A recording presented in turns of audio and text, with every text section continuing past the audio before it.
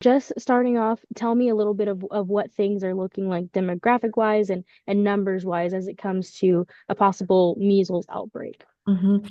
Globally, we are seeing an increase in measles cases generally, and here in the state of Texas, since last January, we have been seeing outbreaks ongoing in West Texas, specifically the Plains region in Texas. So to date, that West Texas outbreak case numbers have been about 90, and there are two cases already reported in Harris County. So we are Destiny. Let me start this again. That's no problem. We're not live, so take your time. Okay, so globally, we are seeing an increase in number of measles cases in general.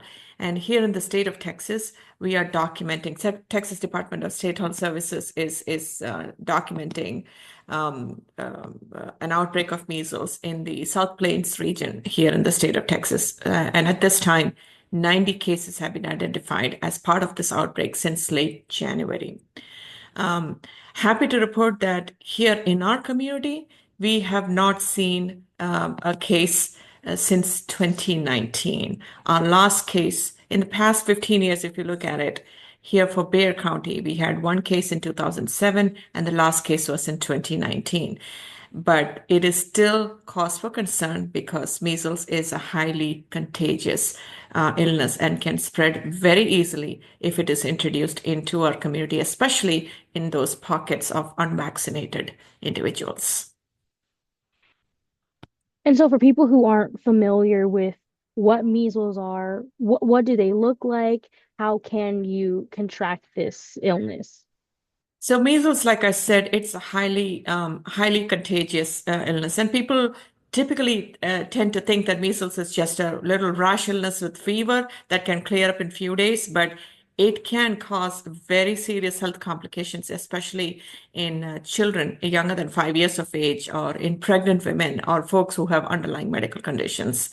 And it typically, the symptoms for measles begin within 7 to 14 days after they contact with somebody who's infected with measles. And the common symptoms include, like I mentioned already, it's very high fever, cough, runny nose, redness of the eyes, or conjunctivitis, as we call it, and rash.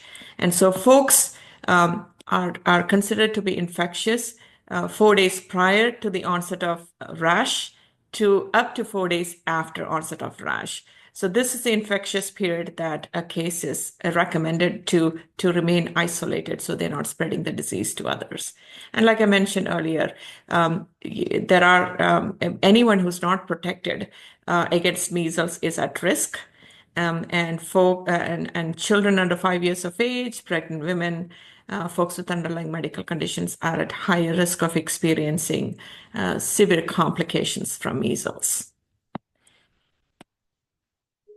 And so what should people look out for? How do you prepare yourself from catching measles? Mhm. So the best way to protect against measles is to get vaccinated with the measles, mumps, rubella, or the MMR vaccine. So MMR vaccine is pretty safe and effective. 2 doses of vaccines are required, and they can provide up to 97%. They're 97% effective against measles.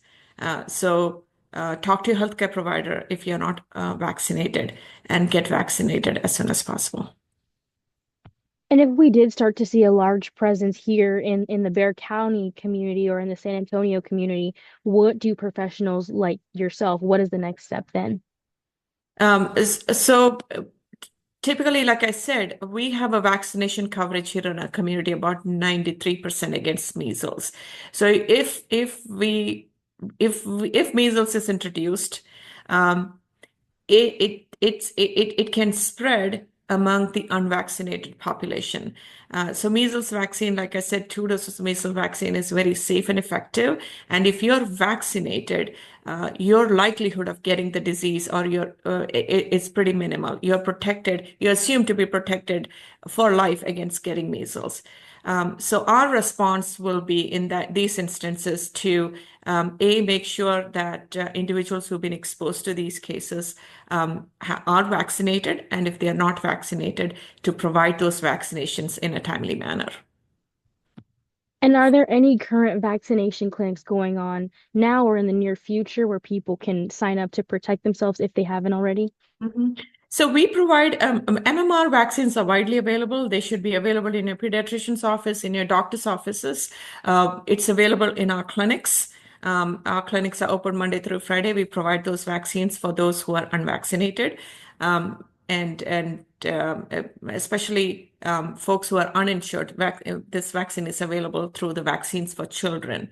So individuals under 18 years of age who are unvaccinated can get these vaccines in our clinic. And as a medical professional, is there an answer or rhyme or reason for why we're starting to see a heavier presence in different communities in Texas now? So, like I said, the reason we are seeing more cases now in the United States or in Texas is twofold.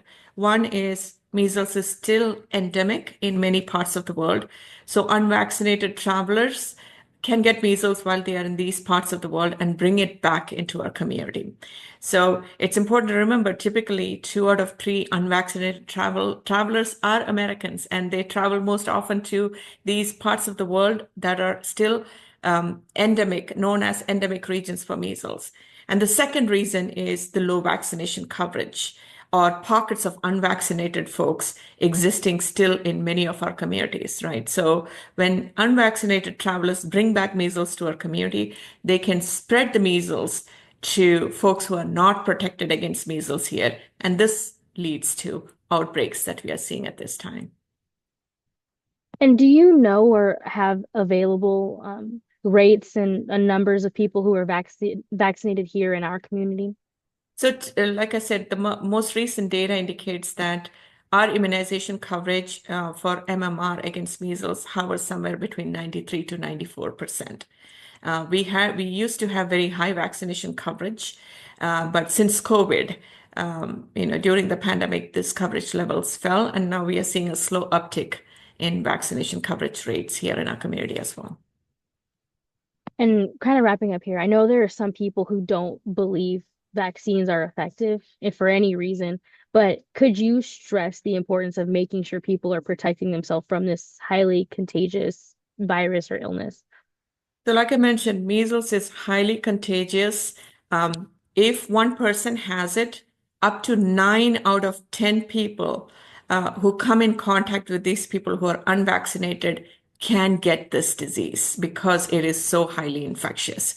And so, the best way to protect is to get vaccinated, and MMR vaccines are safe and highly effective against measles. And if you're fully vaccinated, your chances of you are assumed to be immune against getting this illness for the rest of your life. And is there anything else that you would like to share or maybe add that I haven't already asked you?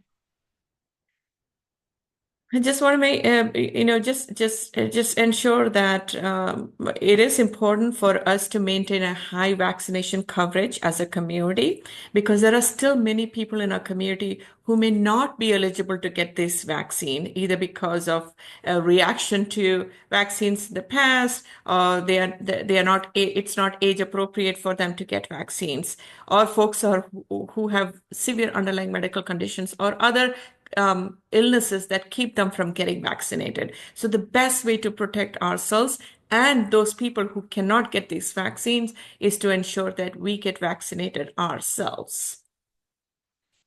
And what is the age range for getting the vaccine? So we recommend 2 doses of vaccines are recommended. The first dose is given around 12 to 15 months of age, and the second dose is 4 to 6 years. And if you're not sure if you've been vaccinated, look for your vaccination records or talk to your healthcare provider to make sure you are vaccinated. Hey, is there anything else before I stop this? No, I think we have covered. everything. I just want to ensure that even though the outbreak is ongoing in West Texas, we are a very highly mobile community.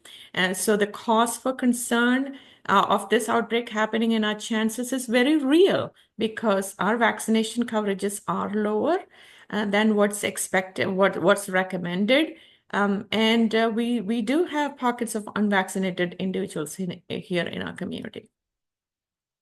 The most frequently asked question that I encounter is that what should one do if you're unsure that you're immune to measles or you've been vaccinated in the past, right?